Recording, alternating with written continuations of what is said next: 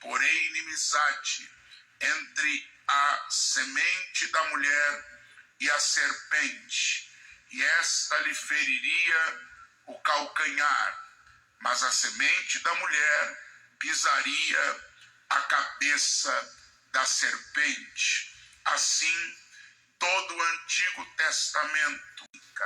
E é interessante que, quando nós chegamos ao livro do profeta Isaías, ele é considerado o profeta messiânico. Haja visto o conteúdo de suas profecias do Messias. A palavra Messias vem do hebraico Yehoshua Hamashia, que traduzido para nós é Jesus Cristo, que o significado é Salvador ungido, e autoridade para salvar. O cristianismo não é uma religião dentre as outras religiões. Não, o cristianismo é o advento de Deus em Cristo, o único homem perdido no pecado. A Bíblia diz em Romanos 13, 23, todos pecaram e destituídos estão da glória de Deus, mas em Cristo nós encontramos salvação.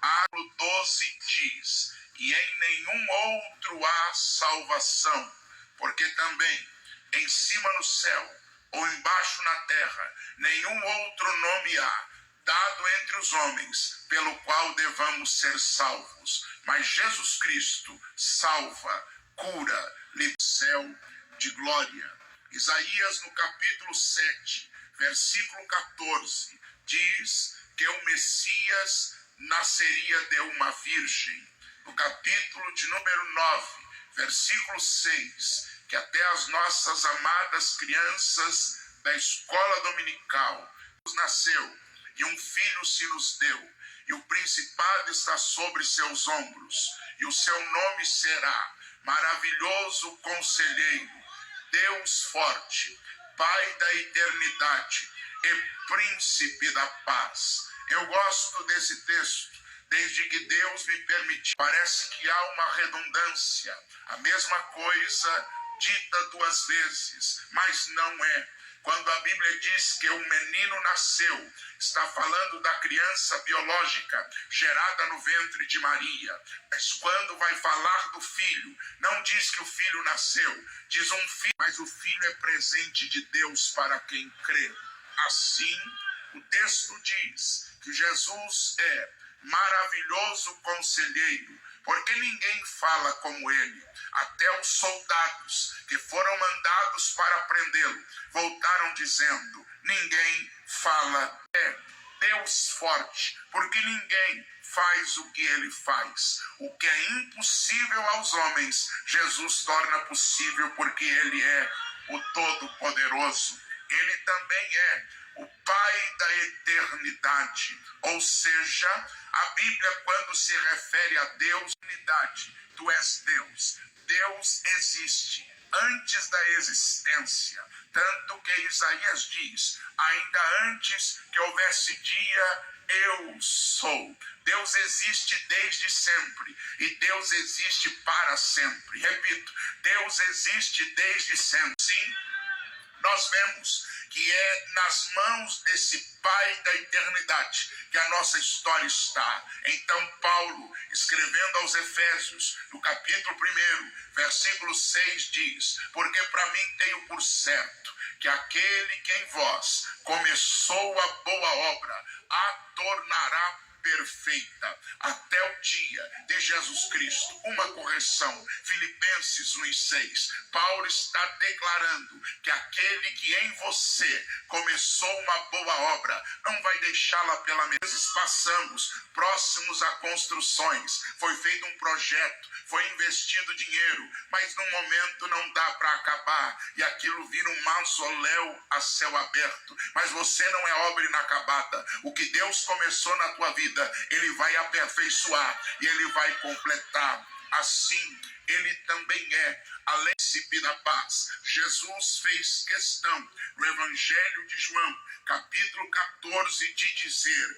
deixo-vos a paz, a minha paz vos dou, não vou lá dou como o mundo a dá. Portanto, não se turbe o vosso coração, nem se atemorize. O crente, o príncipe da paz, morando dentro dele. Paulo, falando desta paz, escrevendo aos Filipenses, no capítulo 4, versículo 7, ele diz: e a paz de Deus, que excede todo entendimento, guardará os vossos corações e os vossos sentimentos em Cristo Jesus. É a paz que não dá para entender. Está caindo 11 mil do outro lado, 10 mil do outro lado, e o crente tem paz. As coisas estão complicadas, mas o crente tem paz, porque a tua paz não depende de quanto você tem no bolso ou no banco. A tua paz não depende das circunstâncias que estão te cercando. Para nós, a pessoa de Jesus Cristo, eu não tenho paz porque as coisas estão bem. Eu tenho paz porque eu tenho Jesus na minha vida.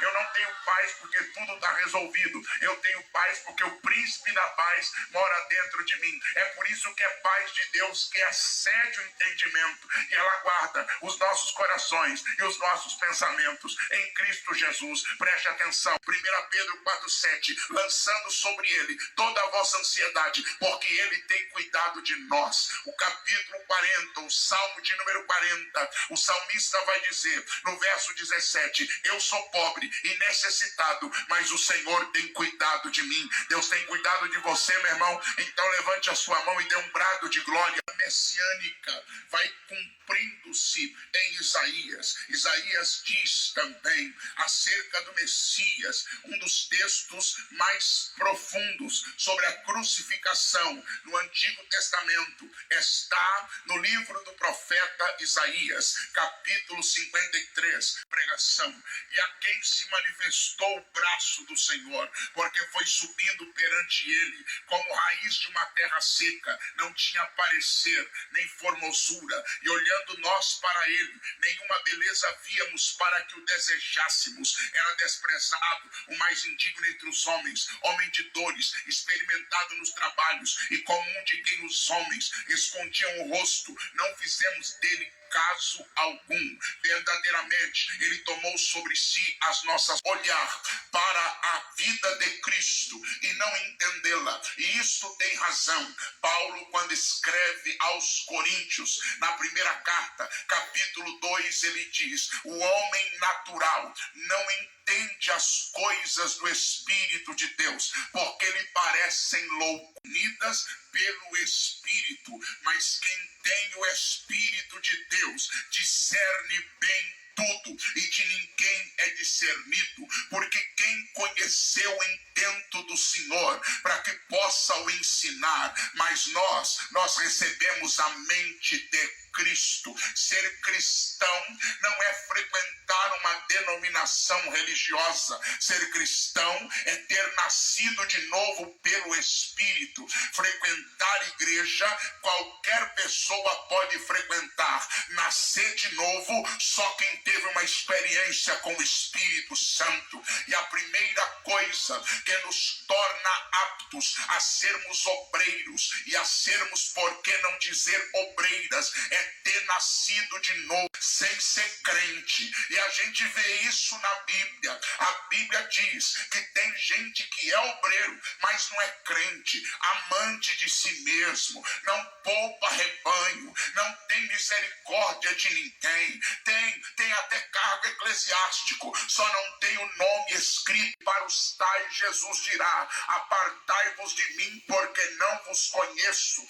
Eles terão uma justificativa e dirão: em teu nome eu expulsei demônios, em teu nome eu fiz maravilhas, em teu nome aconteceram milagres. Mas a resposta continua a mesma: apartai-vos de mim, porque eu não vos conheço. Agora, há uma verdade: quando alguém começa tendo vida com Deus, tendo vida espiritual, quando Deus o leva até o ministério, esse dá fruto, e dá fruto com qualidade. Para esses, naquele dia, Jesus